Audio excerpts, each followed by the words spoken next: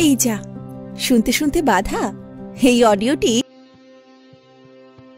বহু সাধকের বহু সাধনার ধারা, ধ্যানে তোমার মিলিত হয়েছে তারা।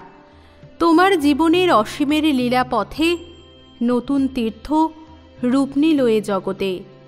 দেশ বিদেশের প্রণাম আনিল টানি, সেথায় আমার প্রণতি দিলাম আনি।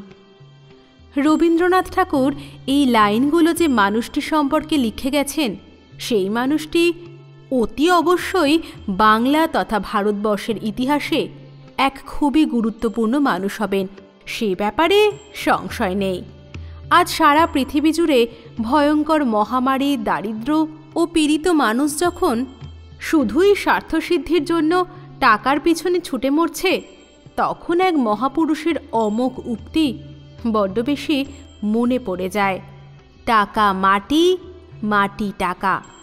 ছোট্ট দুটি কথার মাধ্যমে কত কিছু যে বুঝিয়ে দিয়ে গেছেন উনি, তা আমাদের মতো অর্থলোভী মানুষের পক্ষে অনুধাবন করা হয়তো অত সহজ না।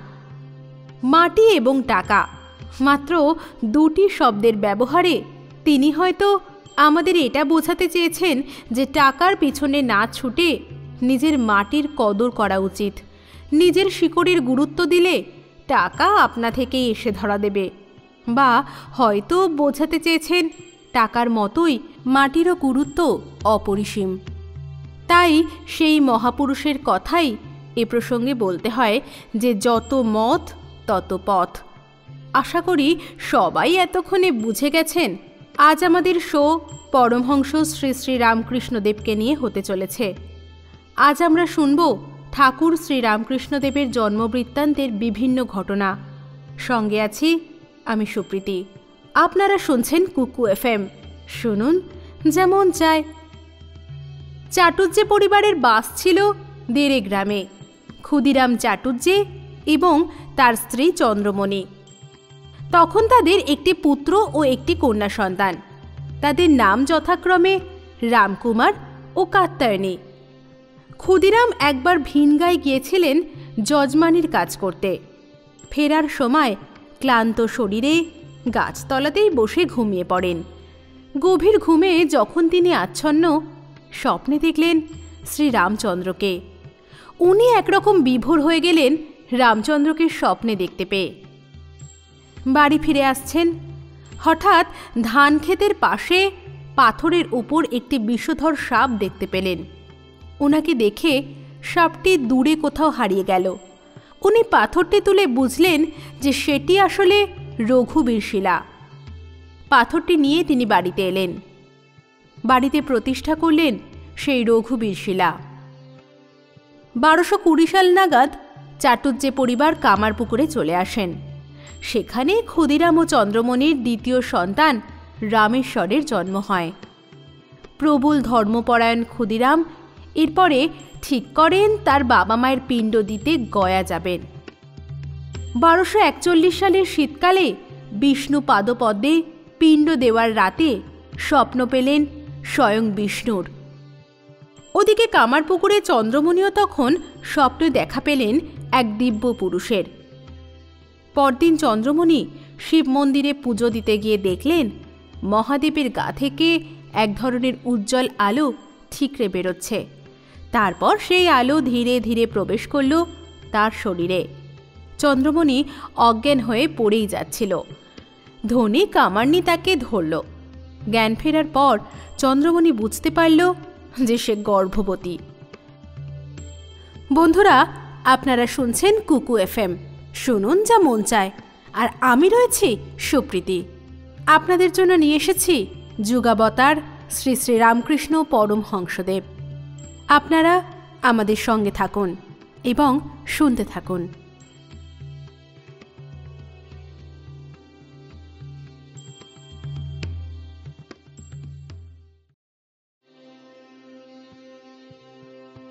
বারোশো 41 সালের 6 ফাল্গুন, ইংরেজির 1836-এর 17 ফেব্রুয়ারি বুধবার জন্ম হল দেবরূপে এক মানব শিশুর।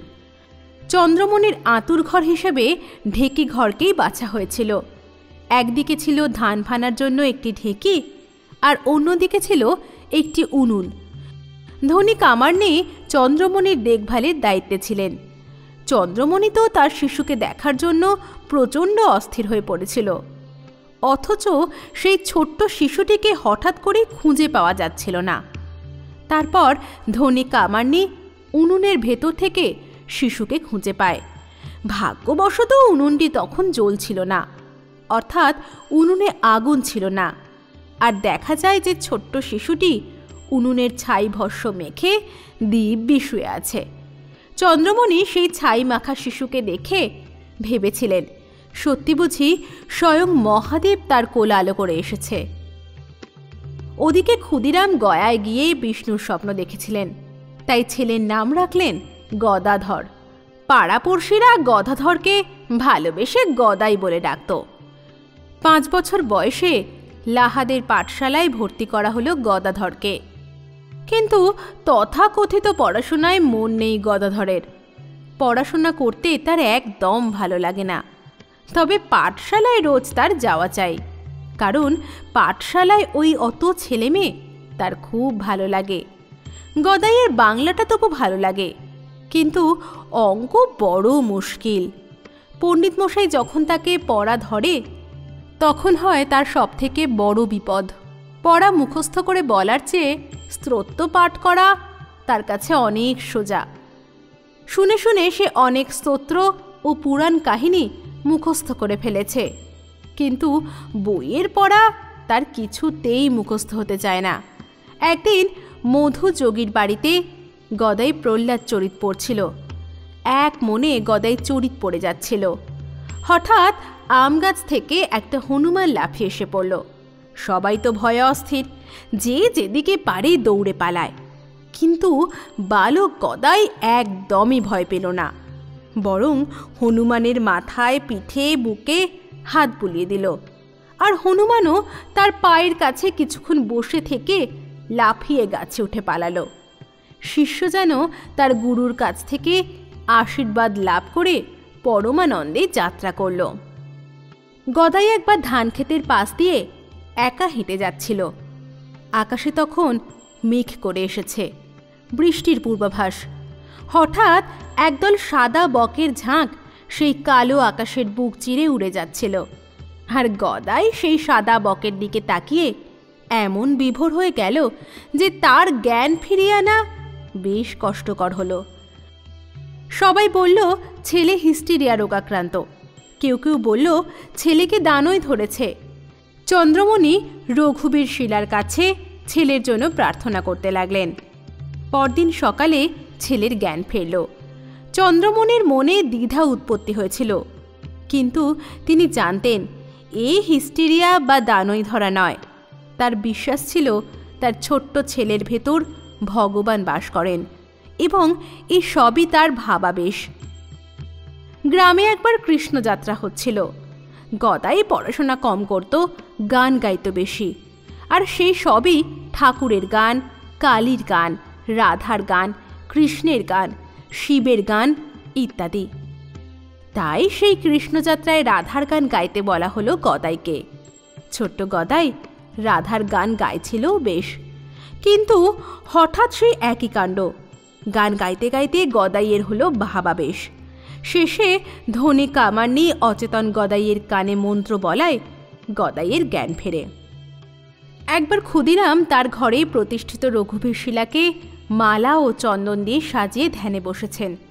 পুজোর পাত্রে তখনও বেশ কিছু মালা এবং চন্দন বাটা পড়ে রয়েছে। ছোট্ট গদাই কোথায় ছিল কে জানে। সে সেই মালা এবং চন্দন ভালো করে পরে সেজে বসে থাকল। ধ্যানভগ্ন ক্ষুদিরামকে গদাই বারবার ডেকে তার সাজ দেখাতে চাইল। ক্ষুদিরাম তো গদাইয়ের এই সাজ দেখে যার পর নাই অবাক। সাক্ষাৎ ভগবান যেন তার ছেলের রূপ নিয়ে তার ঘরে জন্ম নিয়েছে। ক্ষুদিরামের ভাগ্নের বাড়ি ছিলিমপুরে দুর্গাপুজো হতো।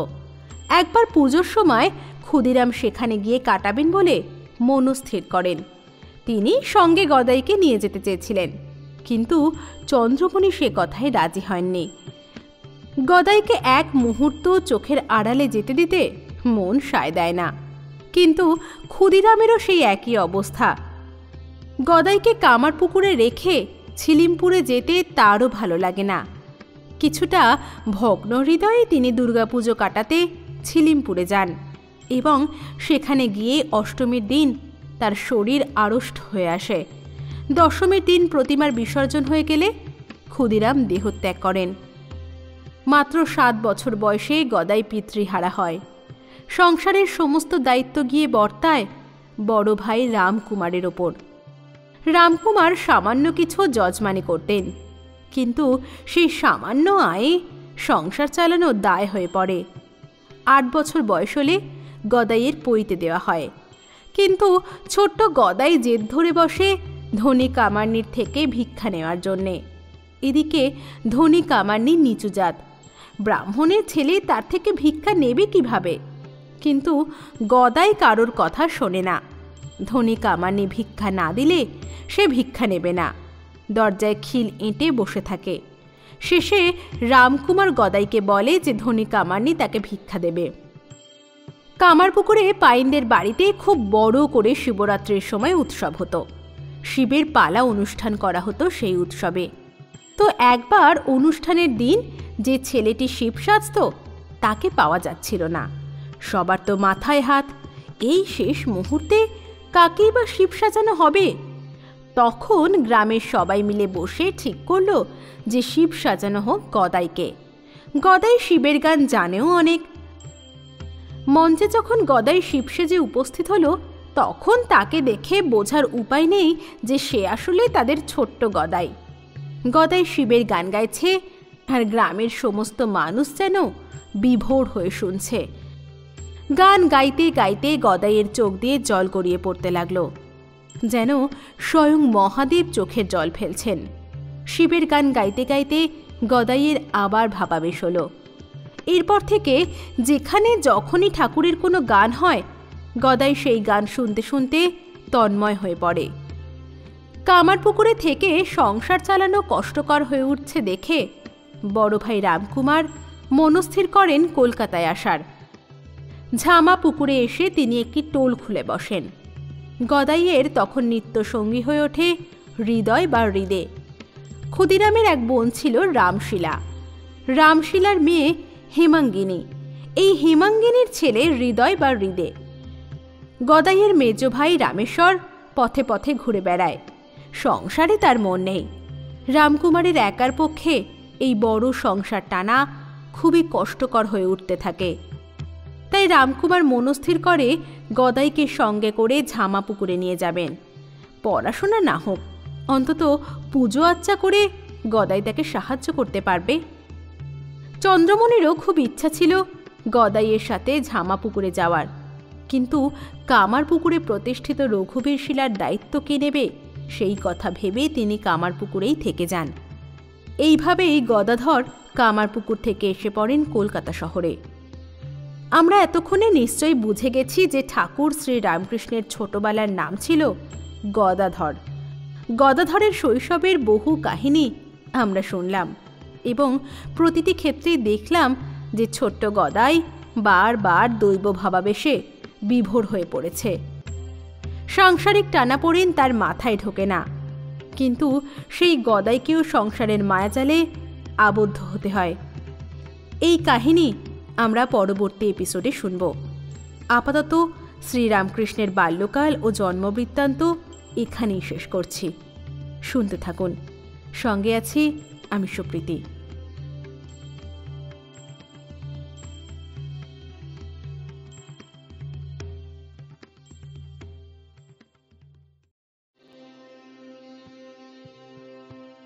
দক্ষিণেশ্বরের কালী মন্দিরে রামকুমারের সঙ্গেই গদাই তখন পুজো নিয়ে ব্যস্ত। ঠাকুরের সেবা করা ছাড়া তখন গদাইয়ের অন্য কোনো দিকে মন নেই। মাঝে মাঝে গদাইকে খুঁজে পাওয়া যায় না। সে যে কোথায় ঘুরে বেড়ায় কেউ জানতেও পারে না। এমনকি নিত্য সঙ্গী হৃদেও জানে না যে গদাই কোথায় আছে। এই খবর কামারপুকুরে যখন চন্দ্রমণির কানে গিয়ে পৌঁছায়, চন্দ্রমণি এবং রামকুমার দুজনেই ভাবতে থাকেন কিভাবে গদাইকে আবার সংসার মুখ করে তোলা যায়। তারা ভাবেন গদাইয়ের বিয়ে দিয়ে দিলে গদাই হয়তো এই দৈব বিভরতা কাটিয়ে সংসারের দিকে নজর দিতে পারবে। চন্দ্রমণি গদাইকে তার বিবাহের কথা জানালে গদাই নিজে থেকেই তার পাত্রীর খোঁজ দিয়ে দেয়। জয়রামবাটিতে মুকুজ্জে পরিবারের মেয়ে সারদামণির খোঁজ নিজের মাকে গদাই নিজেই দেয়। গদাইয়ের বয়স তখন 23। এই সময় গদাই কঠোর ব্রহ্মচর্য অনুশীলন করছিল। তাই তার মা ও দাদারা মনে করেন এই বিবাহের ফলে তার মন সাংসারিক ক্ষেত্রে স্থিত হবে। শোনা যায় শ্রীরামকৃষ্ণই তার মাকে পাত্রীর সন্ধান দিয়ে বলেছিলেন, তোমরা বৃথায় পাত্রী খুঁজে বেড়াচ্ছ, জয়রামবাটির রামচন্দ্র মুখার্জির বাড়ি যাও, সেখানেই চাল কলা বাঁধা আছে। আমরা এই এপিসোডে গদাই তথা শ্রীরামকৃষ্ণের বিবাহ জীবন সম্বন্ধে অনেক কাহিনী শুনব, কিন্তু তার আগে আমাদের জেনে নিতে হবে সারদা দেবীর সংক্ষিপ্ত জন্মবৃত্তান্ত। শুনতে থাকুন, সঙ্গে আছি আমি সুপ্রীতি।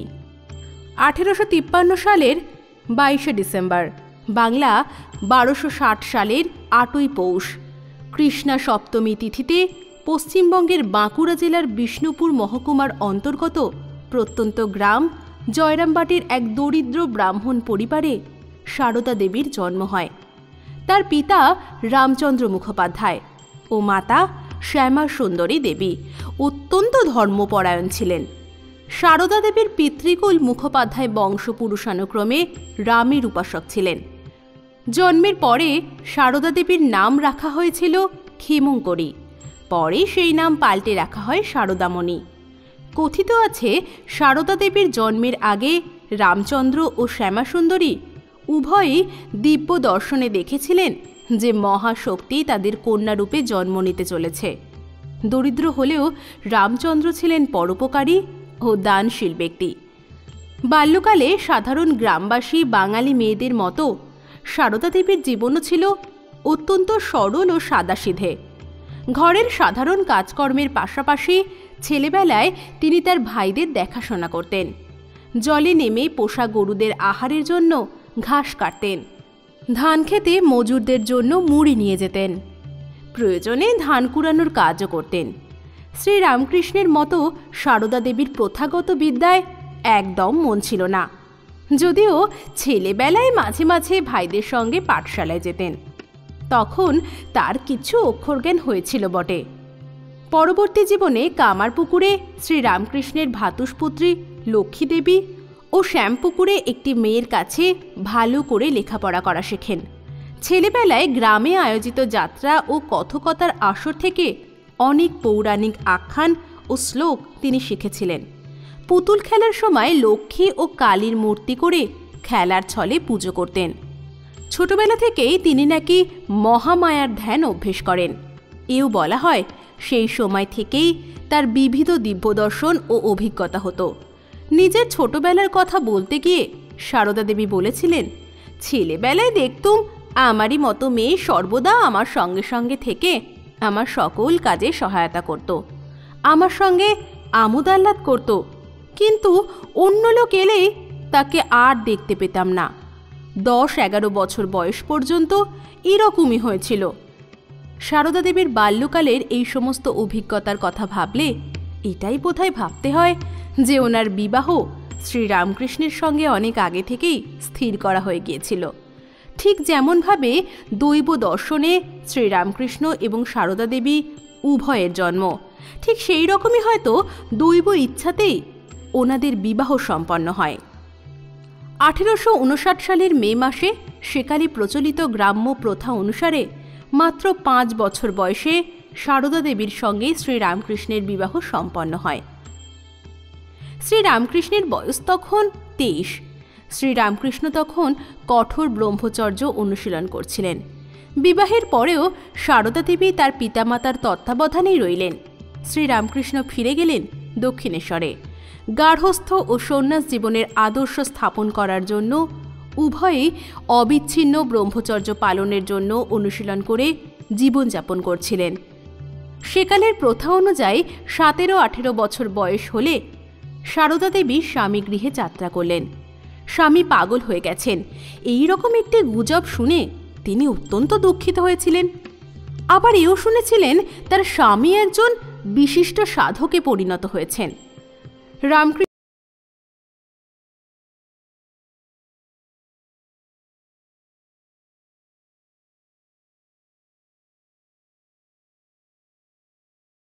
এই পুজোয় তিনি সারদা দেবীকে দিব্য মাতৃকা জ্ঞানে পুজো নিবেদন করেছিলেন। তাকে দেবী কালীর পিঠে বসিয়ে পুষ্প ও ধূপদানি দিয়ে তার পুজো সম্পাদন করেন।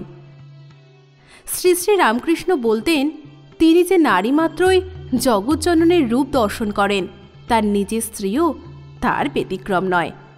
এমনকি তিনি বারবনিতাদেরও মাতৃ সম্বোধন করতেন। দাম্পত্য জীবনে সারদা দেবীর মধ্যে মাতৃজ্ঞান করায় তাদের বিবাহ অসাধারণত্বে উন্নীত হয়। সারদা দেবীর স্মৃতিচারণা থেকে জানা যায়, শ্রী রামকৃষ্ণ কোনোদিনই তাকে তুই সম্বোধন করেননি বা কখনো রূঢ় বাক্য প্রয়োগ বা তিরস্কারও করেননি। সারদা দেবীকেই শ্রী রামকৃষ্ণের প্রথম অনুগামী মনে করা হয়। তার শিষ্য ও ভক্ত সমাজে সারদা দেবীর শ্রীমা বা মাতা ঠাকুরানী নামে পরিচিত হন। শ্রী রামকৃষ্ণের তিরোধানের পর তিনি রামকৃষ্ণ আন্দোলনের কেন্দ্রস্বরূপা হয়েছিলেন। শ্রী রামকৃষ্ণ মানুষকে অর্থ সম্পদ ও ইন্দ্রিয় সম্ভোগের থেকে সতর্ক করতেন। ভোগ সর্বস্ব জীবনের থেকে নিরত থাকতে বলতেন, কিন্তু তিনি নারী বিদ্বেষী ছিলেন না।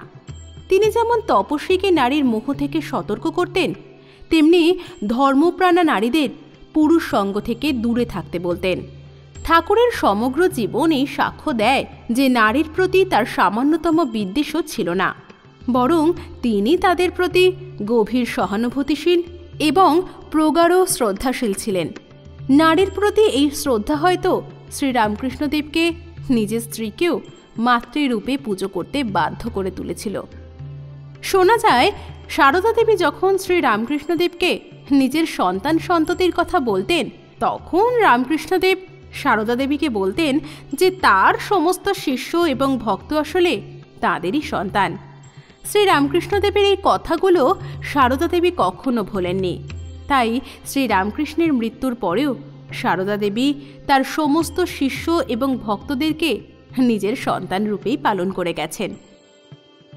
দক্ষিণেশ্বরে আসার পর সারদা দেবী শ্রী রামকৃষ্ণের সঙ্গে একটি ছোট ঘরেই বাস করতেন। কিন্তু সেই ঘর ছোট হলেও সারদা দেবীর তাতে কোনো অসুবিধা হতো না, বরং শ্রী রামকৃষ্ণের সঙ্গে সেখানে তিনি পরমানন্দে থাকতে শুরু করেছিলেন। আর তার পেছনে প্রধান কারণ হয়তো স্বয়ং রামকৃষ্ণই। সাংসারিক জীবনের মোহ থেকে বেরিয়ে সুখ শান্তি কিভাবে খুঁজে নিতে হয় তা হয়তো রামকৃষ্ণদেব খুব সহজ ভাষায় সারদা দেবীকে বুঝিয়ে দিতে পেরেছিলেন।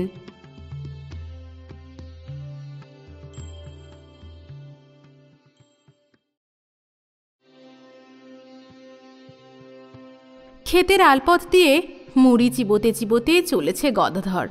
মাঠে কাজ করছে চাষিরা, রাখালরা গরু নিয়ে এসেছে। চাষিদের কথায় গদাধরের কোনো ভ্রুক্ষেপ নেই। সে তাকিয়ে আছে কালো আকাশের দিকে। এক টুকরো কালো মেঘ ভেসে এলো আকাশে। দেখতে দেখতে সেই মেঘে ছেয়ে গেল আকাশের অনেকটা জায়গা। তারপর কোথা থেকে এলো এক ঝাঁক দুধের মতো ধপধপে সাদা বক। তারা উড়ে গেল আকাশের বুক ছুঁয়ে। এই দৃশ্য দেখে গদাইয়ের মনে কি ভাব হলো কে জানে। অবশ্যই পড়ে গেল আলপথের ধারে। সবাই ছুটে এলো, ধরাধরি করে তুলে তাকে বাড়ি পৌঁছে দিল। গদাইয়ের বয়স তখন 6 বছর। এই তার জীবনে প্রথম ভাবাবেশ। আমরা শ্রী রামকৃষ্ণদেবের জন্মবৃত্তান্ত শোনার সময়তে শুনেছি যে কালো আকাশের বুকে সাদা বক দেখে তার এই যে তন্ময়তা, সেই ঘোর আরও কয়েকবার বাল্যকালে তার জীবনে ঘটেছে। শিবের পালাগান করার সময় বালক গদাধর যখন বিভোর হয়ে পড়ে, তখন তার মা চন্দ্রমণি অস্থির হয়ে উঠলেও ভয় পাননি। গ্রামের লোক গদাইয়ের এই ভাব তন্ময়তাকে হিস্টেরিয়া বা দানই ধরা বললেও চন্দ্রমণি বুঝেছিলেন যে তার ছোট ছেলের মধ্যে দেবতা বাস করেন। আজ আমাদের এই এপিসোডে আমরা শ্রী রামকৃষ্ণদেবের জীবনে বিভিন্ন সময় তার ভগবত দর্শনের কথা শুনব। শ্রীরামকৃষ্ণদেবের এই সমস্ত দৈব দর্শনের বিভিন্ন কাহিনী শোনার জন্য আমাদের সঙ্গে থাকুন। আপনাদের সঙ্গে আমি আছি সুপ্রীতি। 1855 সালে কলকাতার মাহেশ্ব সমাজের এক ধনী জমিদার পত্নী রানী রাসমণি দক্ষিণেশ্বর কালীবাড়ি প্রতিষ্ঠা করলে রামকুমার সেই মন্দিরের প্রধান পুরোহিতের পদ গ্রহণ করেন। 1856 সালে রামকুমারের মৃত্যু হলে গদাধর তার স্থলাভিষিক্ত হন। তার আগে গদাই ও তার ভাগ্নের হৃদয় রামকুমারের সহকারী হিসেবে প্রতিমার সাজসজ্জার দায়িত্ব গ্রহণ করেছিলেন। বলা হয়ে থাকে রানী রাসমণির জামাতা মথুরামোহন বিশ্বাস, যিনি মথুরবাবু নামে পরিচিত ছিলেন, তিনিই গদাইকে রামকৃষ্ণ নামটি দিয়েছিলেন। অন্য মতে এই নামটি তার অন্যতম গুরু তোতাপুরীর দেওয়া। রামকুমারের মৃত্যুর পর রামকৃষ্ণের ভাব তন্ময়তা বৃদ্ধি পায়। কালীকে তিনি মা ও বিশ্বজননী ভাবে প্রত্যক্ষ করতে শুরু করেন। এই সময় দেবীর প্রত্যক্ষ রূপ দর্শনের জন্য ব্যাকুল হয়ে ওঠেন তিনি। তার বিশ্বাস পাষাণ প্রতিমা জীবন্ত হয়ে অন্ন গ্রহণ করতে শুরু করে। পুজো করতে করতে দেবীর দর্শন না পেয়ে তিনি চিৎকার করে কেঁদে উঠতে থাকেন। রাত্রিবেলা নিকটবর্তী জঙ্গলে গিয়ে বস্ত্র উপবীত ত্যাগ করে নির্জনে ধ্যান করতেও শুরু করেন। লোকে বলতে থাকে যে তিনি পাগল হয়ে গেছেন, আবার কেউ বলেন তিনি ঈশ্বরের প্রেমে আকুল হয়েছেন। একদিন অস্থিরতার বশে তিনি সংকল্প করেন দেবীর দর্শন না পেলে জীবন বিসর্জন দেবেন। দেওয়াল থেকে খড়গ তুলে নিয়ে তিনি গলায় কোপ বসাবেন। এমন সময় হঠাৎ সমগ্র কক্ষ আলোয় উদ্ভাসিত হয়ে উঠল। রামকৃষ্ণ তার প্রথম কালী দর্শনের যে বর্ণনা দিয়েছেন তা অনেকটা এই রকম। সহসা মার অদ্ভুত দর্শন পাইলাম ও সংজ্ঞাশূন্য হইয়া পড়িয়া গেলাম। তাহার পর বাইরে কি যে হইয়াছে, কোন দিক দিয়া সেদিন ও তৎপর দিন যে কি আছে তাহার কিছুই জানিতে পারি নাই। অন্তরে কিন্তু একটা অনুভূত জমাট বাঁধা আনন্দের স্রোত প্রবাহিত ছিল এবং মার সাক্ষাৎ প্রকাশ উপলব্ধি করিয়াছিলাম। ঘর দ্বার মন্দির সব যেন কোথায় লুপ্ত হইল, কোথাও যেন আর কিছুই নাই। আর দেখিতেছি কি এক অসীম অনন্ত চেতন জ্যোতি সমুদ্র, যেদিকে যত দূর দেখি চারিদিক থেকে তার উজ্জ্বল উর্মিমালা তর্জন গর্জন করিয়া গ্রাস করিবার জন্য মহাবেগে অগ্রসর হইয়াছে। দেখিতে দেখিতে উহারা আমার উপর নিপতিত হইল এবং আমাকে এককালে কোথায় তলাইয়া দিল। হাঁপাইয়া হাবুডুবু খাইয়া সংজ্ঞাশূন্য হইয়া পড়িয়া গেলাম। এই ঘটনার পর রামকৃষ্ণ কালীর কাছে সম্পূর্ণরূপে নিজেকে সমর্পণ করেন। কি সাধারণ, কি দার্শনিক, সকল ক্ষেত্রেই বালক সুলভ আনুগত্য নিয়ে তিনি দেবীর কাছে প্রার্থনা নিবেদন করতে শুরু করেন। যদিও রানী রাসমণি ও তার জামাতা মথুরবাবু পরম স্নেহবশত তাকে তার ইচ্ছা মতো পুজোর অনুমতি দিয়েছিলেন, তবুও তারা মনে করতেন শ্রীরামকৃষ্ণ দীর্ঘ ব্রহ্মচর্যনিত কোনো দুরারোগ্য মানসিক ব্যাধিতে আক্রান্ত। মথুরবাবু তার জন্য বারবনিতার বন্দোবস্ত করলেন, কিন্তু তাকে প্রলুব্ধ করার সকল প্রচেষ্টাই ব্যর্থ হল। তিনি সেই বারবনিতার মধ্যেও দিব্য মাতৃমূর্তি দর্শন করেন। এই সমস্ত খবর কামারপুকুরে যেতে শ্রীরামকৃষ্ণের মা চন্দ্রমণি তার বিবাহ স্থির করেন। বিবাহের পর শ্রীরামকৃষ্ণ কলকাতায় ফিরে আসেন এবং আবার মন্দিরের কাজ গ্রহণ করেন। তবে ভাবতন্ময়তা কাটার পরিবর্তে তার আধ্যাত্ম পিপাসা বহু গুণে বৃদ্ধি পায়। 1861 সালে ভৈরবী ব্রাহ্মণী নামে এক যোগিনী দক্ষিণেশ্বরে উপস্থিত হন। তিনি ছিলেন শাস্ত্রজ্ঞা ও তন্ত্র ও বৈষ্ণব সাধনের সিদ্ধা। শ্রীরামকৃষ্ণ ভৈরবীর কাছে তার ভাবতন্ময়তা ও দৈহিক পীড়ার বর্ণনা দিলেন। ভৈরবী তাকে এই বলে আশ্বস্ত করলেন যে তিনি পাগল হয়ে যাননি, বরং আধ্যাত্মিক মহাভাব তাকে আশ্রয় করেছে। এই মহাভাবের বশেই তিনি দিব্য প্রেমে মাতোয়ারা হয়ে উঠেছেন। ভৈরবীর পথ নির্দেশনায় শ্রীরামকৃষ্ণ তন্ত্রমতে সাধনা শুরু করলেন। এই সাধনায় তার সমস্ত শারীরিক ও মানসিক পীড়ার উপশম হল। ভৈরবী রামকৃষ্ণকে কুমারী পুজো শিক্ষা দেন। এই পুজোয় কোনো কুমারী বালিকাকে দেবী জ্ঞানে পুজো করা হয়। এছাড়াও ভৈরবীর নির্দেশনায় শ্রীরামকৃষ্ণ কুণ্ডলিনী যোগেও সিদ্ধ হন।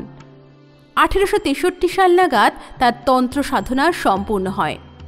শ্রীরামকৃষ্ণ ভৈরবীকে মাতৃভাবে দেখতেন। অন্যদিকে ভৈরবী তাকে মনে করতেন ঈশ্বরের অবতার।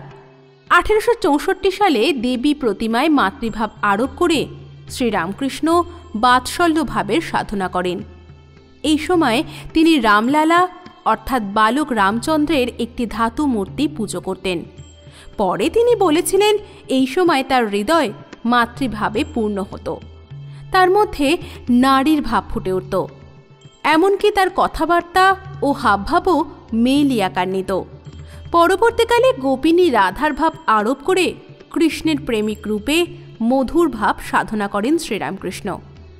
এই সাধনার শেষে তার সবিকল্প সমাধি হয়। তিনি কৃষ্ণের সঙ্গে আধ্যাত্মিক মিলনে মিলিত হন। 1864 সালে তোতাপুরী নামক জনৈক পরিব্রাজক বৈদান্তিক সন্ন্যাসীর নিকট শ্রীরামকৃষ্ণ সন্ন্যাস গ্রহণ করেন। তার বর্ণনা অনুযায়ী তোতাপুরী ছিলেন জটাজুটোধারী এক বিশাল বপু উলঙ্গ নাগা সন্ন্যাসী। তোতাপুরীর সহায়তায় শ্রীরামকৃষ্ণ আধ্যাত্ম জীবনের চরম অবস্থা নির্বিকল্প সমাধিতে নিমগ্ন হন। অদ্বৈত বেদান্তের নানা তত্ত্ব শিক্ষা দেওয়ার জন্য তোতাপুরী 11 মাস দক্ষিণেশ্বরে শ্রীরামকৃষ্ণের কাছে থেকে যান। তোতাপুরী বিদায় নিলে আরও 6 মাস শ্রীরামকৃষ্ণ আধ্যাত্মিক ভাবতন্ময়তার জগতে অবস্থান করতেন।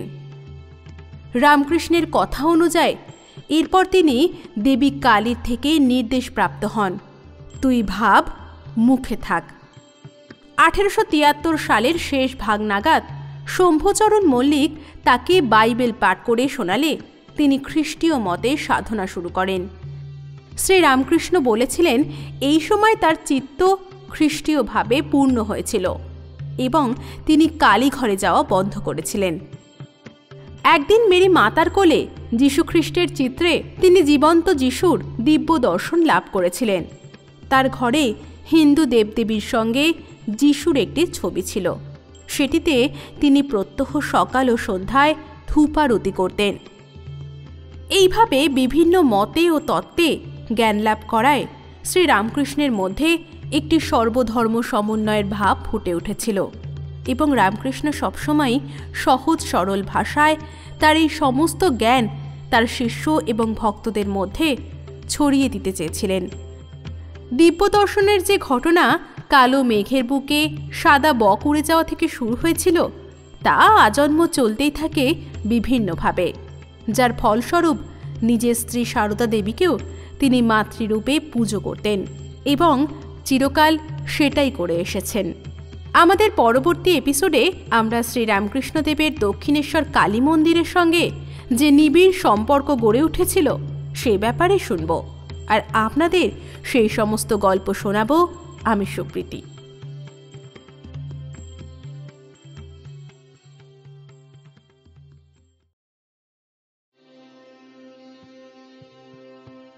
আমাদের শহর কলকাতা বিভিন্ন পর্যটনস্থল, মন্দির, মসজিদ, চার্চ ও তার সংস্কৃতির জন্য বিখ্যাত।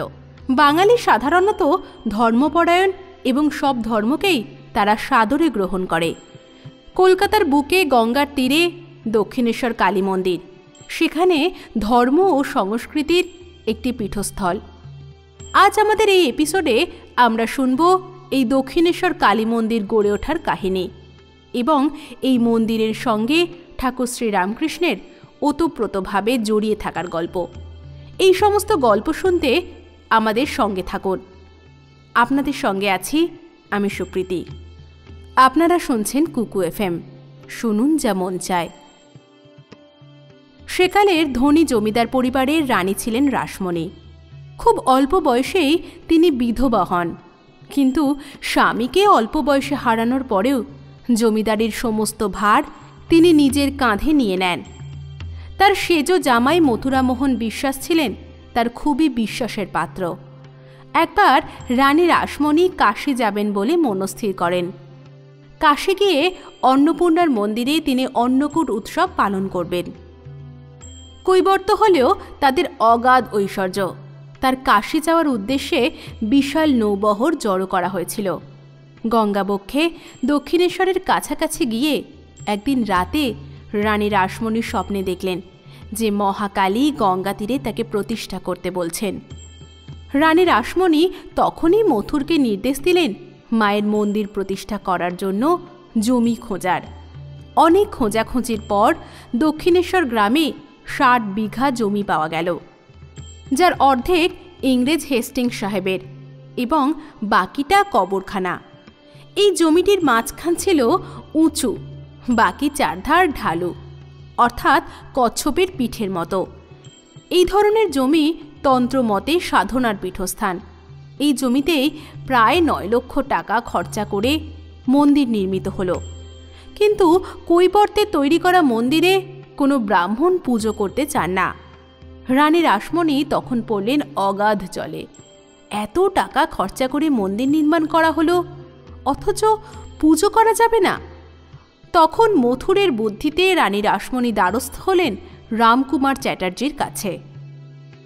রামকুমার অনেক বিধান দেখে নির্দেশ দিলেন কোনো ব্রাহ্মণকে যদি এই মন্দির দান করা যায় তবেই একমাত্র অন্নভোগ দেওয়া যাবে। 1212 সালে জ্যৈষ্ঠ মাসে বৃহস্পতিবার মন্দির প্রতিষ্ঠা হল। রামকুমার হলেন মন্দিরের প্রধান পুরোহিত। রামকুমারের সঙ্গে দক্ষিণেশ্বর মন্দিরে গদাধর ও তার ভাগ্নের হৃদয় সহযোগিতা করতে থাকল। কিন্তু মন্দিরের প্রসাদ গদাধরের কিছুতেই সহ্য হয় না। সে কিছুতেই মন্দিরের প্রসাদ গ্রহণ করতে চায় না। মন্দিরের প্রসাদ গ্রহণ করতে তার বাধো ঠেকে। রামকুমার ভেবেছিলেন কৈবর্তে তৈরি করা মন্দির থেকেই গদাই হয়তো প্রসাদ গ্রহণ করতে চায় না। কিন্তু যে ছেলে ধনী কামারনির হাত থেকে ভিক্ষা গ্রহণ করে, যে ছেলে নিচু জাতের মুচি ম্যাথরদের সঙ্গে বসে মুড়ি চিবোয়, সে আজ হঠাৎ এমন করছে কেন? গদাইকে এ বিষয়ে প্রশ্ন করা হলে গদাই উত্তর দেন, এই মন্দিরে ভক্তির চেয়ে আমার ভাব যেন অনেক বেশি। এর বেশ কিছুদিন পরে একদিন মথুরবাবু দেখলেন গদাধর খুব সুন্দর শিবের মূর্তি বানিয়েছে। যে লোকটি প্রতিমা করছিল তার কাছে গিয়ে গদাধর নাকি বলেছে তার প্রতিমা নিখুঁত নয়। সবাই যেখানে তার প্রতিমা দেখে ধন্য ধন্য করছে, গদাধর সেখানে শুধু ফিকফিক করে হেসেছিল। তারপর নিজেই মাটির তাল আর রং তুলে নিয়ে শিবের মূর্তি গড়েছিল। শিবের মূর্তি দেখেই মথুরবাবুই প্রথম ভাবলেন যে মায়ের সাজনদার বানাবেন শ্রীরামকৃষ্ণদেবকে। দক্ষিণেশ্বর কালী মন্দিরের ভবতারিণী মায়ের গায়ে প্রচুর সোনার গয়না, তাই প্রথমে গদাই একা সে দায়িত্ব নিতে দ্বিধাবোধ করেছিল। তার সহযোগী হিসেবে যোগ দিল তারই ভাগ্নে হৃদে। মা ভবতারিণীকে গদাই সাজালো ফুল দিয়ে। মায়ের সেই রূপ দেখে রানী রাসমণি ও সমগ্র ভক্তবৃন্দ আনন্দে উদ্বেল হয়ে উঠল। কালী মন্দিরের পাশেই ছিল জমিদারদের গোবিন্দের মন্দির। সেই মন্দিরের পূজারী ছিলেন ক্ষেত্রনাথবাবু। জন্মাষ্টমী পূজার সময় ক্ষেত্রনাথবাবু হঠাৎই পা পিছলে পড়ে গেলেন। তার হাতে তখন স্বয়ং গোবিন্দ ছিলেন। পড়ে যাওয়ার ফলে গোবিন্দের চরণ গেল ভেঙে। সকলের তো তখন মাথায় হাত। ভাঙা বিগ্রহ নিয়ে পুজো হবে কিভাবে? বড় বড় পুরোহিতরা বিধান দিলেন পুরনো বিগ্রহ গঙ্গায় ভাসিয়ে দিয়ে নতুন বিগ্রহ বানিয়ে পুজো হবে। কিন্তু গদাই বসল বেঁকে। সে বলল, যদি মানুষের পা ভেঙে যেত তবে কি তাকে গঙ্গায় ভাসিয়ে দেওয়া হতো? গোবিন্দের ভাঙা পা জোড়া লাগাতে হবে। কিন্তু কালী মন্দিরের সামনে সবাইকে নিয়ে বসল আলোচনা সভা। ভাঙা পা জোড়া লাগানো হবে কিভাবে? গদাই তখন গোবিন্দর পা এমনভাবে জোড়া লাগিয়ে আনলো যে কেউ ধরতেই পারল না গোবিন্দর পা ভেঙে গিয়েছিল। রানী রাসমণি তখন খুবই খুশি হলেন।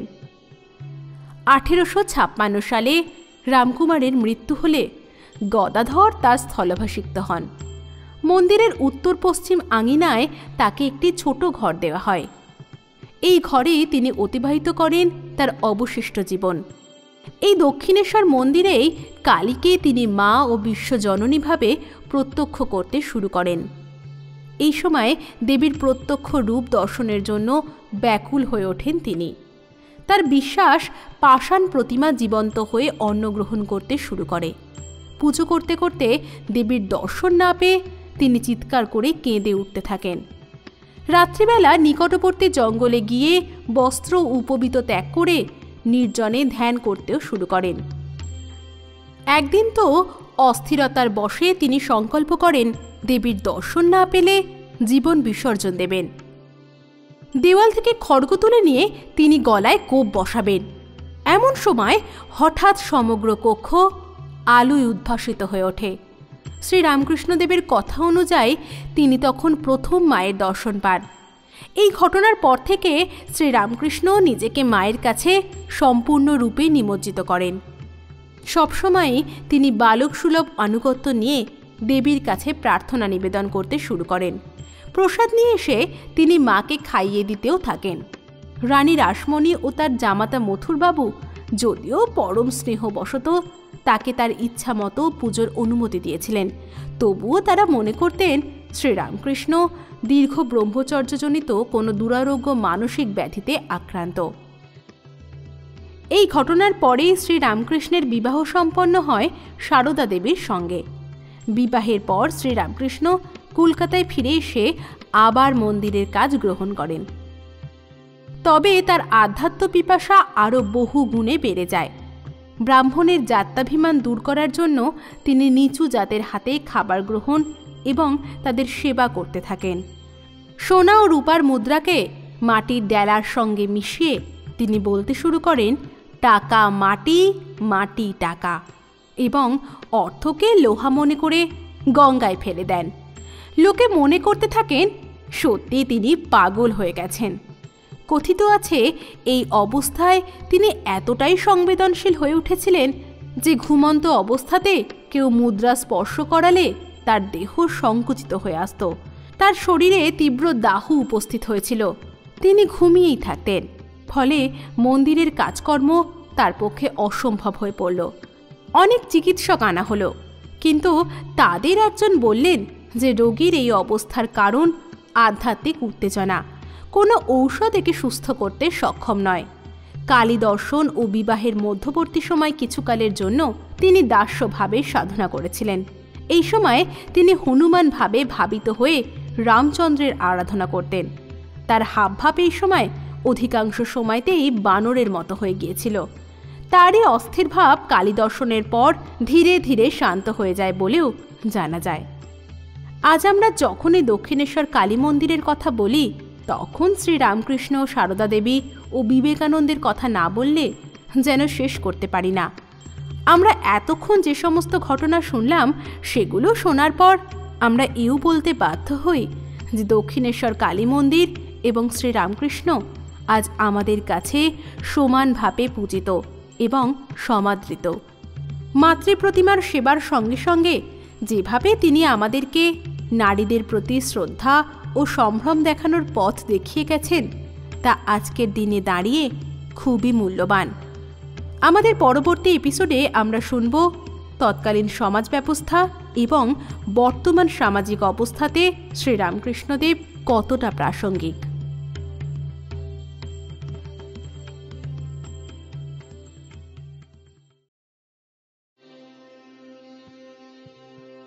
আজকে হরিশ সমীর বহে প্রাণে, ভগবত মঙ্গল কিরণে। ঊনবিংশ শতকের প্রখ্যাত ভারতীয় বাঙালি সাধক, দার্শনিক ও ধর্মগুরু ঠাকুর শ্রীরামকৃষ্ণ তার প্রচারিত ধর্মীয় চিন্তাধারায় রামকৃষ্ণ মিশন প্রতিষ্ঠা করেন। তার প্রধান শিষ্য স্বামী বিবেকানন্দ। তারা উভয়ই বঙ্গীয় নবজাগরণের এবং ঊনবিংশ ও বিংশ শতাব্দীর বাংলা তথা ভারতীয় নবজাগরণের অন্যতম পুরোধা ব্যক্তিত্ব। তার শিষ্য সমাজে, এমনকি আধুনিক ভক্ত সমাজেও তিনি ঈশ্বরের অবদান রূপে পূজিত হন। রানী রাসমণি প্রতিষ্ঠিত দক্ষিণেশ্বর কালীবাড়িতে পৌরোহিত্য গ্রহণের পর বঙ্গীয় তথা ভারতীয় শক্তিবাদের প্রভাবে তিনি কালীর আরাধনা শুরু করেন। তার প্রথম গুরু তন্ত্র ও বৈষ্ণবীয় ভক্তি তত্ত্বজ্ঞা এক সাধিকা। পরবর্তীকালে অদ্বৈত বেদান্ত মতে সাধনা করে নির্বিকল্প সমাধি লাভ করেন রামকৃষ্ণ।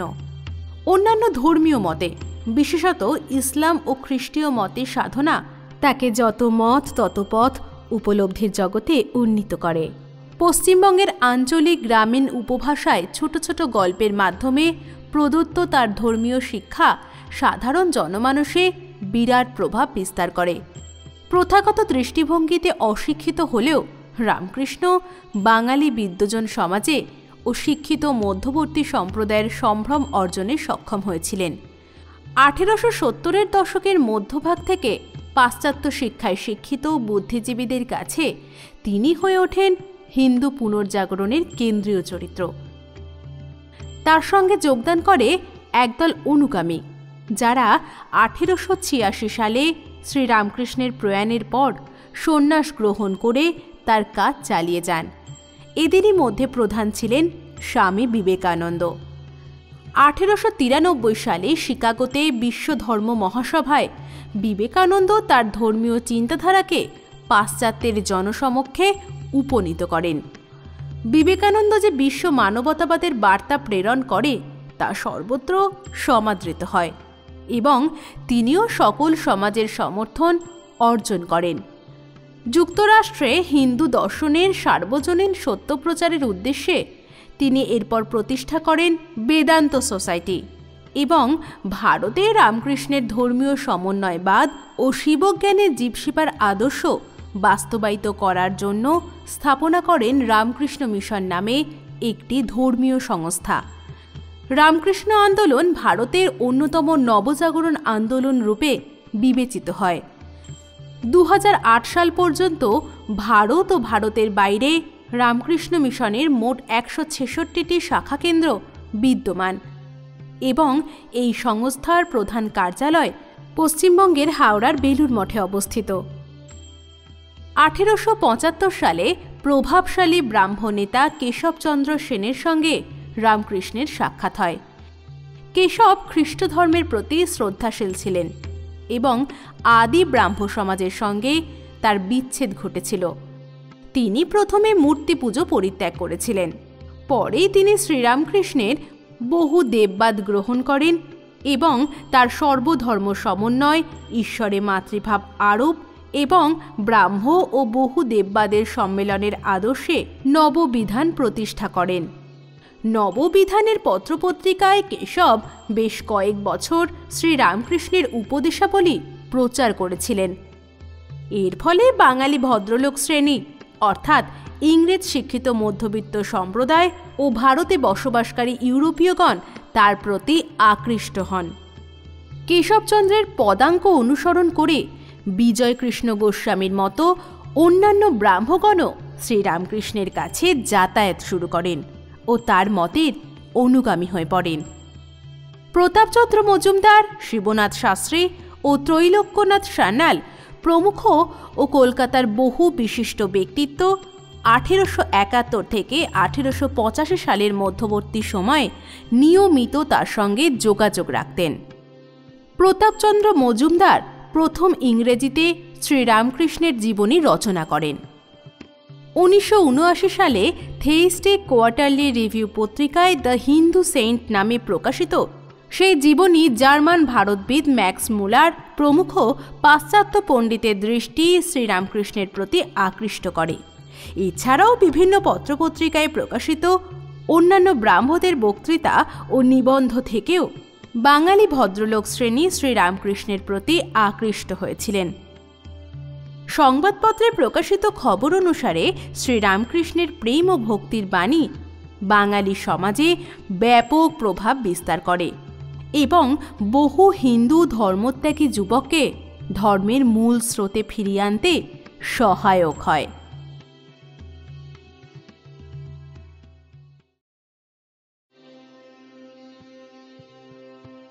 রবীন্দ্রনাথ ঠাকুরের পিতা মহর্ষি দেবেন্দ্রনাথ ঠাকুর, ঈশ্বরচন্দ্র বিদ্যাসাগর ও স্বামী দয়ানন্দের সঙ্গেও ধর্ম বিষয়ে শ্রীরামকৃষ্ণের বাক্যালাপ হয়েছিল। তবে ব্রাহ্ম সমাজে তার মত ও ধর্মবিশ্বাস এর বিরোধিতাও অনেকে করেছিলেন। তার সমাধি অবস্থাকে তারা স্নায়ু দৌর্বল্য বলে উপহাস করেন। ব্রহ্মবান্ধব উপাধ্যায় তার অবতারত্বকে অস্বীকার করেছিলেন। তবে শ্রীরামকৃষ্ণের প্রভাব কলকাতার শিক্ষিত সমাজেই সীমাবদ্ধ ছিল না।